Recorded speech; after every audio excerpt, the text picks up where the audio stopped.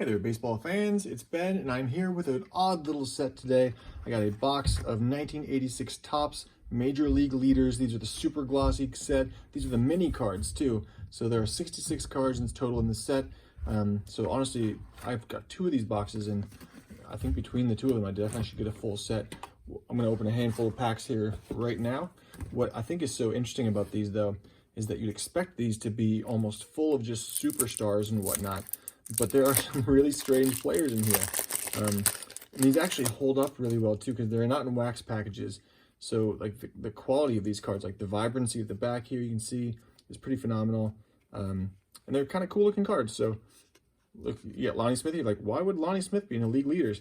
Well, he was number 5 in stolen bases. So that earned him a spot in the set. So like I said, the players you're going to get in here are kind of interesting. So Keith Moreland, he was number 4 in RBIs in 1985, so that's why he's in here.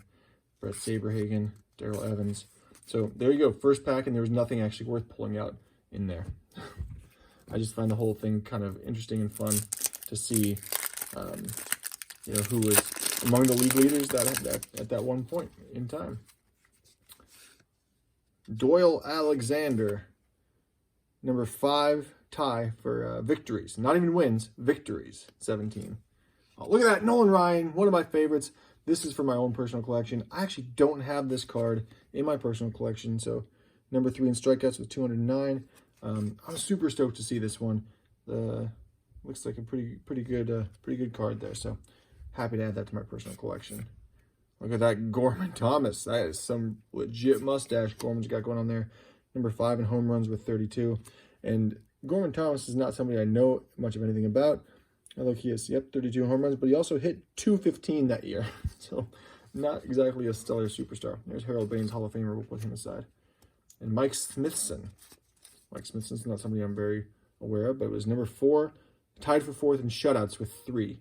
So that was enough for him to make it into the 66 league leaders set.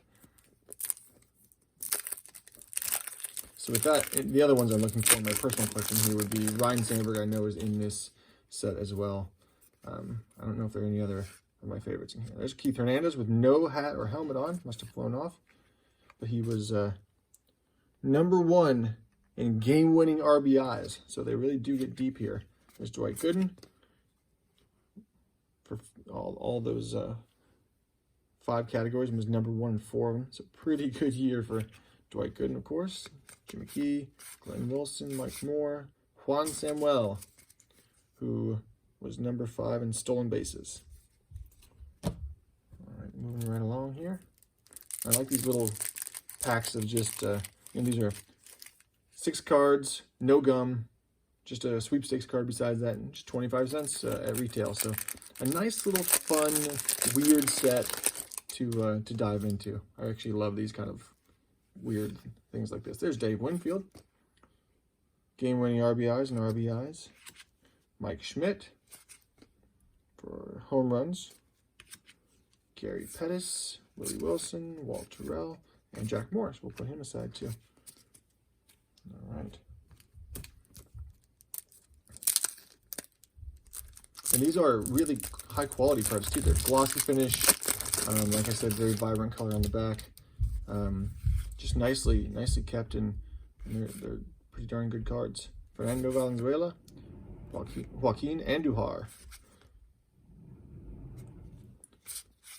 There's Ricky Henderson, which I imagine stolen bases is going to be on here. Oh, runs, stolen bases, batting average, and on base percentage. There you go. Bob Welch.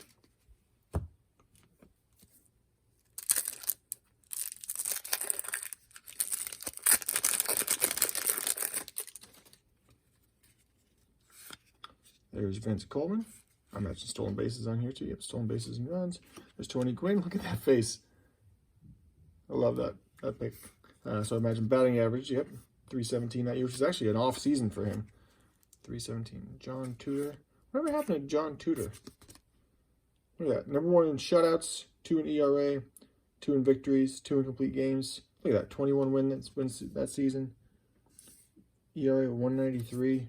Let's put him aside and see what happened to John Tudor. Danny Cox, Floyd Bannister.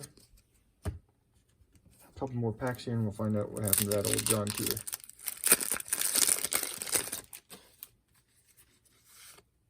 Dwight Evans, Eddie Murray, Charlie Leibrandt, Willie McGee, Mario Soto. Number 2 in strikeouts with 214. Look at that. There's 12 and 15 for the Reds that year. Frank Viola. And our last pack of the session.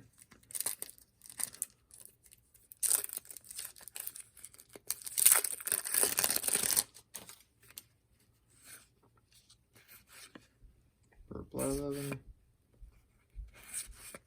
Dale Murphy. Toby Harrah. And Britt Burns. Hold on. So Toby Harrah. Number 3 for on-base percentage. I don't know anything about him, but he had 1,891 hits, so he must have had a nice long career. Britt Burns, I don't know anything about him either. Shutouts, victories, strikeouts. I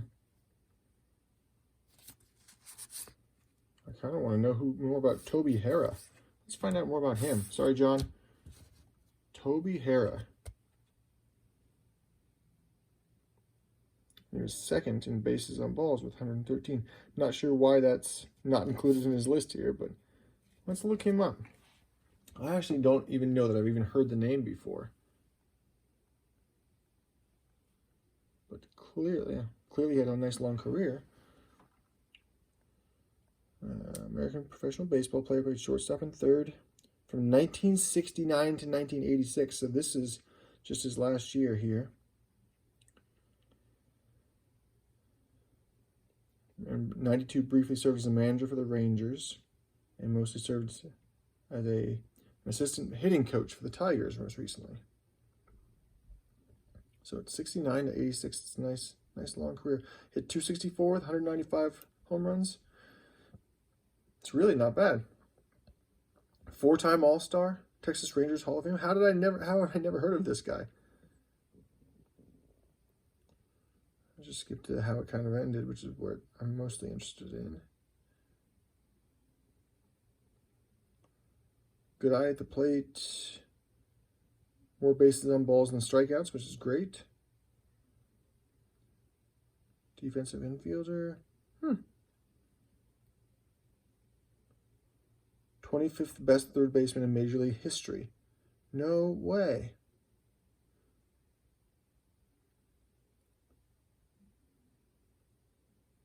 And then coaching career.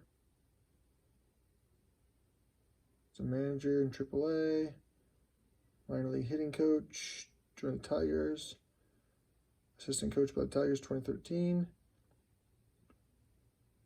So he left the Tigers in 2013 and finished off. So I had no idea.